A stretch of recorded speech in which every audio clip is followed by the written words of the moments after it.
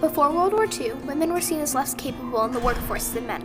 They could not work or help out in the military, and were given chores to do around the house. All of this changed when women codebreakers of World War II helped stop the Nazis and end the war once and for all. Although they had to seal their lips until over 70 years after, these powerful women leaders helped break barriers for women in the workforce in America.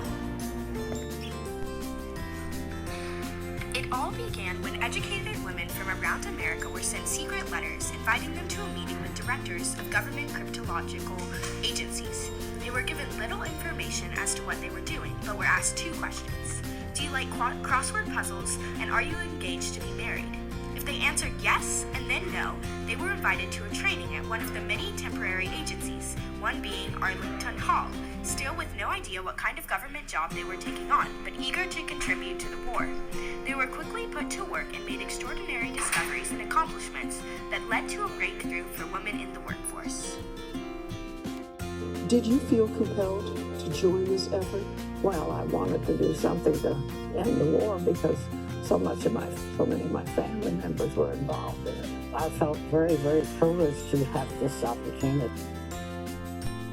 Suzanne Embry, one of the women codebreakers interviewed, says she felt privileged to be chosen for the job, even though she hadn't known what the job was exactly until later when she started. Many of these women didn't know what they were getting into, but still jumped at the idea of helping out in the war.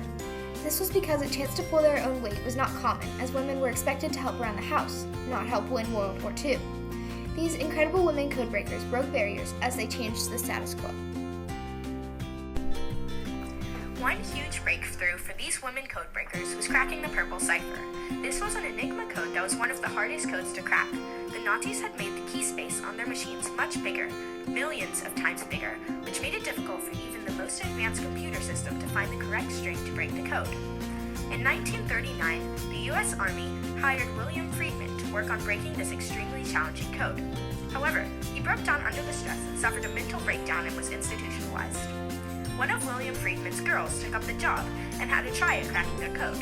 Her name was Virginia D. Adderholt, and she was successful in deciphering and translating the code, changing the outcome of the war for the better.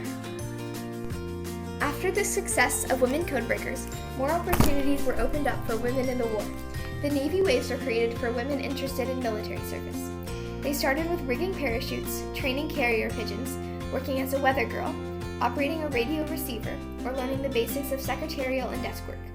As the waves developed, the women were able to go overseas with combat positions. After the war, the Women's Armed Services Integration Act was passed on June 12, 1948 by Congress, allowing women to gain permanent status in all military branches of the U.S. After this act was passed, 6 women were sworn into the regular Navy. They were Kay Langdon, Wilma Marshall, Edna Young, Frances Devaney, Doris Robertson, and Ruth Flora.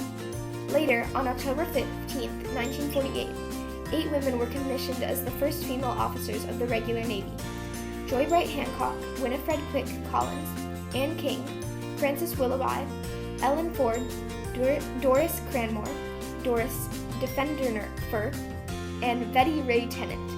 This would not all have been possible if the women had not first proved themselves capable of these positions in the military that they are giving access to today by being women codebreakers.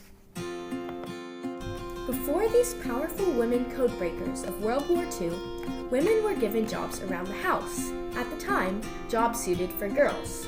Many women were given traditional roles, including nursing, secretarial, and caring jobs.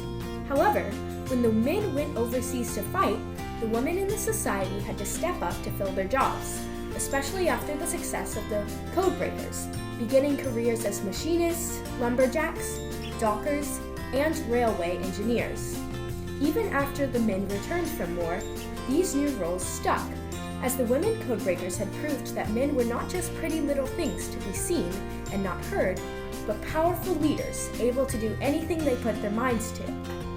After the war, they were also able to expand their works even further into the military, as they proved they were capable, even sometimes outranking their husbands as they worked the same jobs.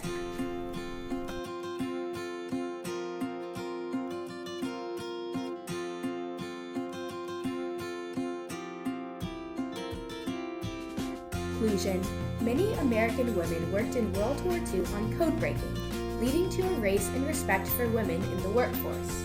After the success of the war, helped won by women, women were seen as more capable and were given more jobs that had been reserved for men, even sometimes outraging their husbands. They were also finally given the chance to help out in the military, seeing as they proved that they could help win a war.